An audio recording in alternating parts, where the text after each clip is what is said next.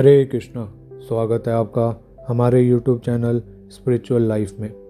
पिछली वीडियो में हमने चर्चा की मन को नियंत्रित कैसे करें। आज हम चर्चा करने जा रहे हैं ज्ञान की पुस्तक। चलिए आइए शुरू करते हैं। जो लोग इंद्रिय भोग तथा भौतिक ऐश्वर्य के प्रति अत्यधिक आसक्त होने के कारण ऐसी वस्तुओं से मोहग्रस्त हो जाते हैं, उनके मन में भगवान के प्रति भक्ति का दृढ़ संकल्प नहीं हो पाता। वेदों में मुख्यतः प्रकृति के तीनों गुणों का वर्ण हुआ है। हे अर्जुन, इन तीनों गुणों से ऊपर उठो, समस्त द्वंद्वों से और लाभ तथा सुरक्षा की सारी चिंताओं से मुक्त होकर आत्मपरायण बनो। भगवद गीता 2:44 और 45। वेद शब्द का अर्थ है ज्ञान की पुस्तक। ज्ञान की पुस्तक है जो कि देश, जन समाज, वातावरण आदि के अनुसार बदलती रहती है। भारत में ज्ञान की पुस्तकों का तात्पर्य वेदों से किया जाता है। पाश्चात्य देशों में वह पुस्तकें ओल्ड टेस्टामेंट और न्यू टेस्टामेंट कहलाती हैं। मुसलमान लोग कुरान को स्वीकार करते हैं। ज्ञान की इन सब पुस्तकों का उद्देश्य क्या है?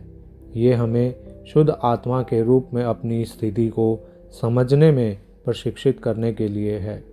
इसका उद्देश्य कुछ नियमों और विधियों से आधारित शारीरिक क्रियाओं को नियंत्रित करना है, और ये विधियां और नियम नैतिकता के सिद्धांत कहलाते हैं। उदाहरण के लिए, हमारे जीवन को नियमित करने के लिए बाइबल में 10 निर्देश दिए गए हैं। इसी प्रकार भागवतम में भी हमें 10 निर्देश दिए गए हैं। सर्वोच्च सिद्धि पाने के लिए शरीर को संयम में रखना अनिवार्य है। बिना नियामक सिद्धांतों के जीवन में सिद्धि पाना संभव नहीं है। विभिन्न विभिन्न देशों अथवा विभिन्न विभिन्न शास्त्रों में नियामक सिद्धांतों में भेद हो सकता है, किंतु इससे कोई अंतर नहीं पड़ता, क्योंकि वह देश, काल और जनता की रुचियों के अनुसार ही बनाए जाते हैं। परंतु नियमन लागू करने का सिद्धांत वही रहता है। इसी प्रकार सरकार भी नागरिकों द्वारा पालन किए जाने के लिए कुछ विशेष नियम अथवा कानून को बनाती है। बिना नियामक सिद्धांत के सरकार या समाज की प्रगति की कोई संभावना नहीं है। उपरोक्त श्लोक में भगवान कृष्ण अर्जुन से कह रहे हैं कि वेदों के नियम सिद्धांत भौतिक प्रकृति के तीनों गुणों सत्व, रज और तम को नियंत्रित करने के लिए ही बने हैं। तथापि भगवान कृष्ण अर्जुन को परामर्श देते हैं कि वह अपने आप को शुद्ध आत्मा के रूप में अपनी स्वाभाविक स्थिति में स्थापित करे। जो लोग भौतिक प्रकृति के द्वंद्वों से परे हैं,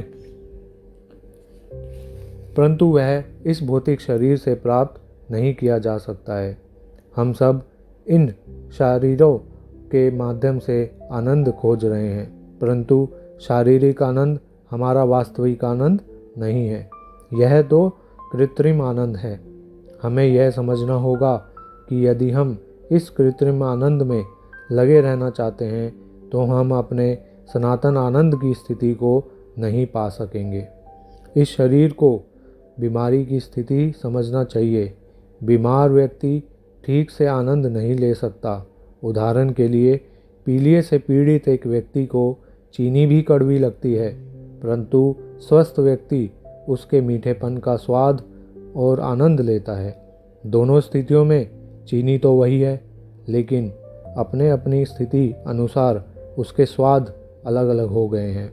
जब हम इस देहात्मवाद की बीमार अवस्था से ठीक नहीं हो जाते, हम आध्यात्मिक जीवन के मीठेपन का आनंद ही नहीं ले सकते।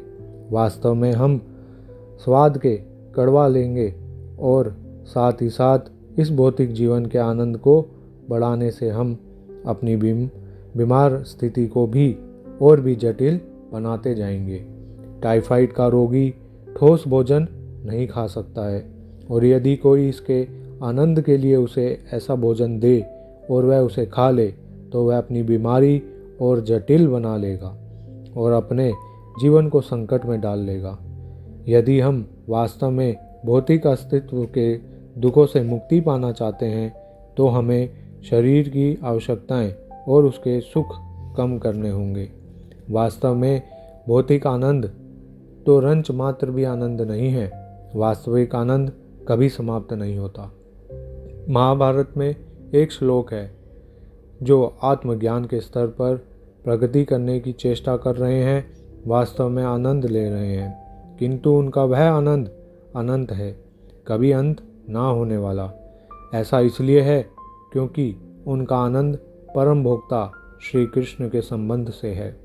भगवान श्री कृष्ण वास्तविक भोक्ता हैं और भगवद गीता इसकी स्पष्ट पुष्टि करती है। हरे कृष्णा।